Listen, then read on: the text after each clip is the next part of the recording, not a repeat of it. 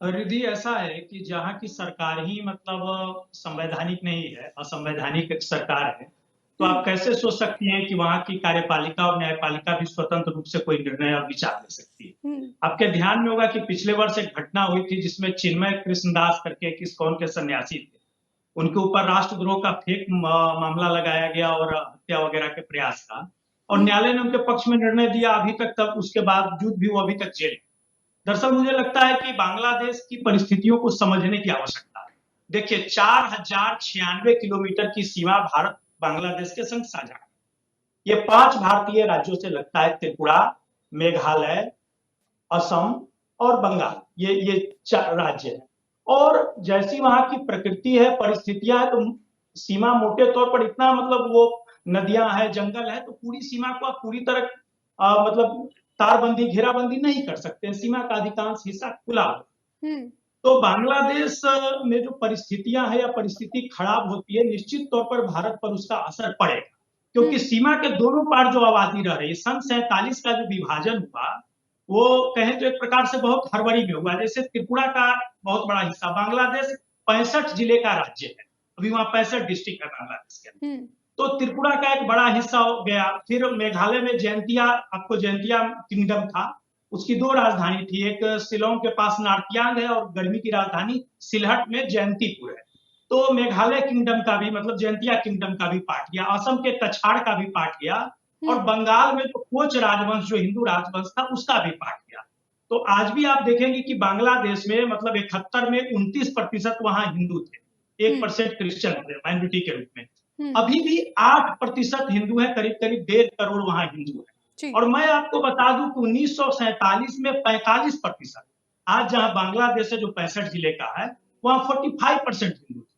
लोग मोटे तौर पर मानते हैं कि पाकिस्तान में अतिवाद रहा है। मेरा कहना है कि बांग्लादेश में उससे कहीं ज्यादा मतलब इस्लामिक चरमपंथी और अतिवादी रहे। हुँ, भारतीय उपमहाद्वीप का पहला दंगा लाल इश्तेहार कांड है। मुस्लिम लीग की स्थापना 1906 के दिसंबर में ढाका में हुई और कुछ महीने बाद मार्च 1907 में लाल इश्तेहार कांड हुआ पहली बार। उसके बाद एक पवना करके, जिसको भारतीय इतिहास के पाठ्य पुस्तकों में लेफ्टिस्ट लोग पढ़ाते हैं कि एक कृषक मजदूर और जमींदारों के, कृषक मजदूरों का जमींदारों के खिलाफ एक क्रांति था।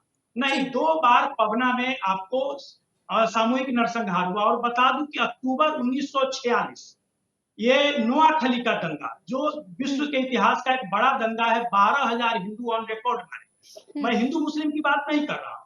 जी, तो जो लोग शेख मुजीबुर रहमान को बेहतर मानते हैं, उन दिनों वो सोहरावर्दी के सहयोगी हुआ करते थे। ठीक है, परिस्थितियां ऐसी हुई कि पाकिस्तान, नया नवेला पाकिस्तान बनने के बाद पंजाबी मुसलमानों ने बंगाली मुसलमानों के साथ वही कुछ किया जो आज सिंध के और बलूचिस्तान के और पख्तून मुसलमानों के साथ पाकिस्तान में हो रहा।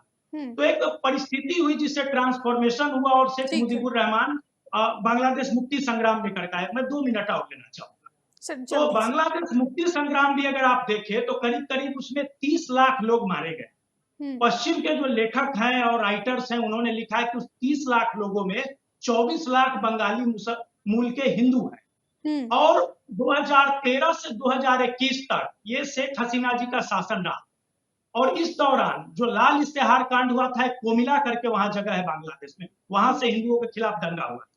तो 2013 से 2021 तक 3600 सुनियोजित संगठित हिंदुओं के ऊपर घात हुए हैं, ये हुँ, ऑन रिकॉर्ड। और जी, 2021 के नवरात्रा के दौरान उसी को मिला बस्ती से पुनः नवरात्रा के समय मूर्ति भंजन, दुर्गा पूजा पंडाल और मंदिर तोड़ने की शुरुआत। और अंत में बता दूं कि ढाका में जहां प्रधानमंत्री आवास है, जहां शेख हसीना रहती थी, उससे महज 2-3 किलोमीटर की दूरी तक के इस्कॉन टेम्पल तोड़े गए। जिसके बाद इस्कॉन जैसी संस्था जो हरे राम हरे कृष्णा भक्ति करती है, उसने पूरी दुनिया में प्रदर्शन किया। हमसे जुड़े रहने के लिए हमारे YouTube चैनल को सब्सक्राइब करें और नई वीडियो की नोटिफिकेशन के लिए बेल आइकॉन को दबाएं।